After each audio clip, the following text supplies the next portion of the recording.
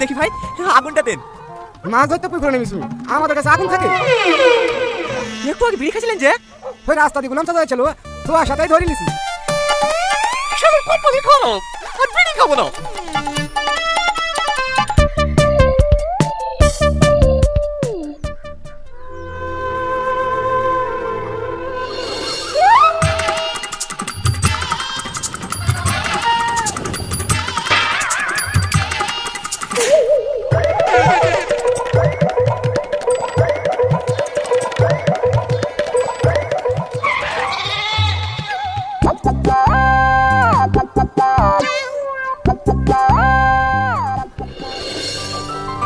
Oh